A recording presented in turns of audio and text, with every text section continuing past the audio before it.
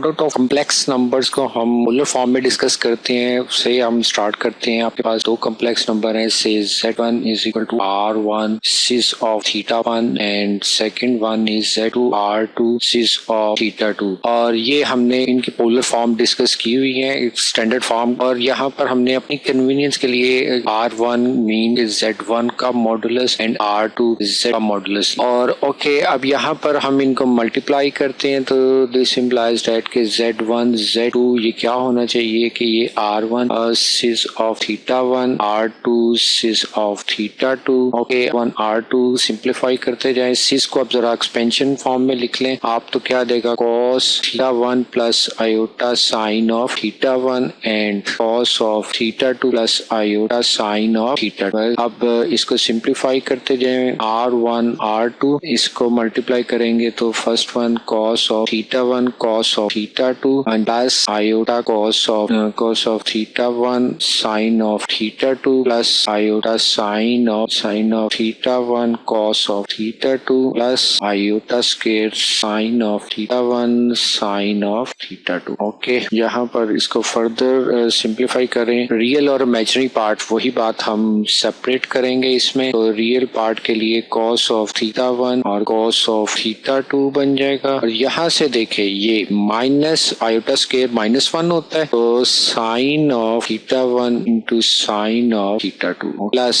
अब इनमें से आप आयोटा को कॉमन निकाल लें, ये और ये, इनमें से अगर आयोटा कॉमन निकलेगा आप इन साइड आ जाएगा साइन ऑफ θ1 cos ऑफ θ2। ये टर्म अपनी आसानी के लिए क्योंकि हम फार्मूला एक यूज करेंगे तो इसको हम पहले रख लेंगे, और plus cos of θ1 into sine of θ2। Okay जी, अब यहाँ पर एक हमने इंटर लेवल पर एक फार्मूले ट्रिग्नोमेट्रीज के डिस्कस किए हुए हैं। वो ये है कि फर्स्ट वन इज के cos of alpha and cos of beta अगर हो minus sine of alpha and sine of beta अगर हो, तो इसको हम लिख सकते हैं जी ये होता है cos of alpha plus beta. Okay, cos of alpha plus beta. और अगर ये सिचुएशन हो second sine of alpha cos of beta plus cos of alpha into sine of beta, तो इसका फार्मूला होता है जी sine of alpha plus beta. तो ये दो सिचुएशंस को हम यहाँ पर यूज करेंगे। तो फर्स्ट केस में r1 r2 और इनसाइड क्या बनेगा जी θ1 θ2 cos का केस है तो cos ऑफ θ1 प्लस θ2। ओके, और प्लस आयोटा सेकंड केस में साइन ऑफ θ1 θ2। साइन को साइन के केस में हमने देखा कि साइन अगर पॉजिटिव है तो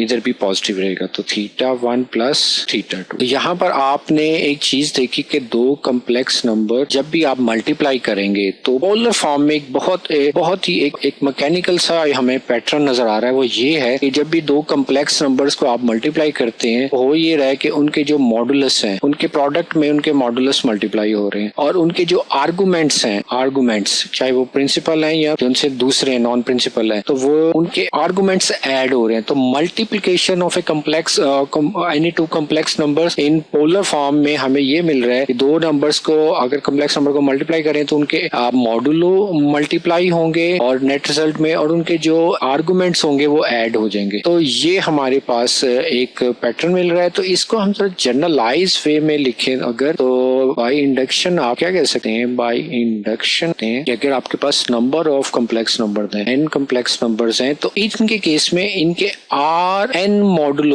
मॉडुलस आपके पास मल्टीप्लाई होंगे एक बात, और इनके जो n आर्गुमेंट्स होंगे वो आपस में ऐड हो जाएंगे, θ1 plus θ2 and plus θn plus iota, इसी तरह sine of θ1 plus θ2 and so on plus θn।